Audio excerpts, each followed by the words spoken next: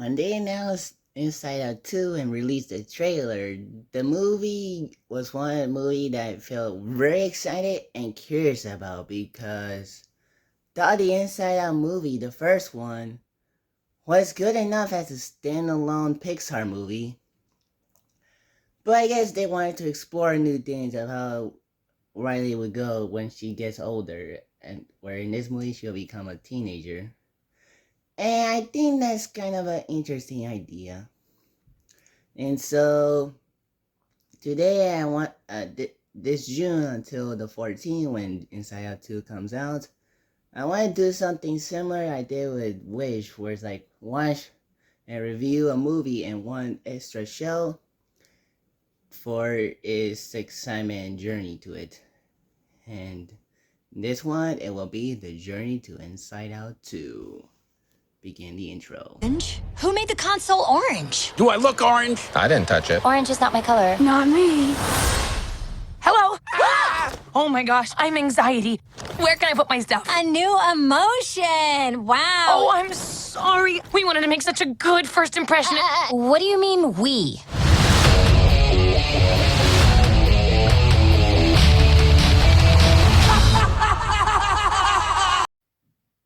Go Milo, go Milo, go! So the extra for this one, Journey to Inside Out 2, is an interesting one because it is Milo Murphy's Law. And the reason I chose this one is because it is connected to Phineas and Ferb and it was made after Phineas and Ferb. So it kind of counts to the ones that have like sequels and stuff like that. So, in Milo Murphy, it's about this boy named Milo Murphy, who every time he's around, every time something happens to him, things get chaotic and get destroyed, but things get resolved. He hangs out with his friends Zach and Melissa. I mean, you can't talk about Melissa without comparing her to Candace, of course. And he also meets up with time travel agents. As two time travel agents who were having a hard time being travel agents, especially since Dakota was saving his friend's life several times, and they were arguing with each other several times. And also some aliens that they save become allies at the finale. And they also cross over Phineas and Ferb, of course. Specifically Doofenshmirtz and Perry the Platypus. And I'll be honest with you, for the first 6 episodes, I thought it was just, and I thought it was felt a little more, they were playing the show a little too safe. But the more I kept watching the show, the more funnier and entertaining the show is because of all the crazy shenanigans that Milo is happening to him, where because of Murphy's Law is unlucky, things go crazy and destroyed. It gets more funny and very entertaining, especially since it happens with his characters close to him. And that makes it more fun, whether it's the Dino Hamasaur or when he was trying to get his trophy but couldn't after falling down, or when he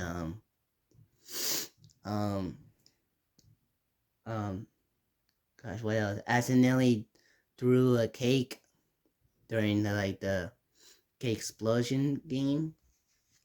It's very fun and entertaining to watch Milo Murphy and his unlucky moments. And his friends Zach and Melissa are very decent characters as well, and Doogie is also a very cute and funny pet character. And Doofenshmirtz still steals the show in this show. Though at one point I feel like they were making him a buffoon. But that's okay, because he still has an amazing sense of humor. Is why Doofenshmirtz is the best Phineas and Ferb character. And the crossover Phineas and Ferb was pretty awesome, though it's sad that Phineas and Ferb did not get to meet up with Milo after that Phineas and Ferb effect, unfortunately. But I still had a lot of Doofenshmirtz and Perry the Platypus. Since Doofenshmirtz was kind of part of the family by staying with them forever. And some of the other supporting characters, they're okay. They have some good, funny sense of humor. Whatever the Murphy's Law start happening with them. And the intro is very catchy as well. It's not as like not a musical like Phineas and Ferb, but there are some musical numbers in some episodes, and they did a good job animating them, scoring them, and bringing the actors to sing them. So they have some good songs to it. I really like the songs a lot. Um, and Elliot, who's like the Squidward of Milo Murphy's Law, is very hilarious as well, where he stops Milo from going somewhere, but and then whenever they go together, things work out, and he feels happy for him. But then, and later in the next episode, he is hating him, which is kind of interesting character idea for this character. And the two time traveling agents are very funny as well, especially since Dakota is voiced by Dan Pavamir, the voice of Dr. Doofenshmirtz. And then like the um Commonness turns into an abomination with a platypus body, even though that was technically a clone. Um and the other agents, Brick and Savannah, are kind of awesome, especially since Savannah is voiced by Mei Na Wen as well. And the Halloween and Christmas episode were pretty good as well. And honestly, the way the show ends is not so bad. Although it's weird that we never got to see Dr. Doofenshmirtz turn into Professor Time other than the Phineas and Ferb effect episode where Professor Time shows up. So I suppose the show was canceled after 2 seasons, which I guess is understandable, I guess. I don't know how many people remember the show, but we'll see. But yeah, so far I think Milo Murphy's Law is a very fun, entertaining anime series. Let me know in the comments below your thoughts on it. Peace out. Bye.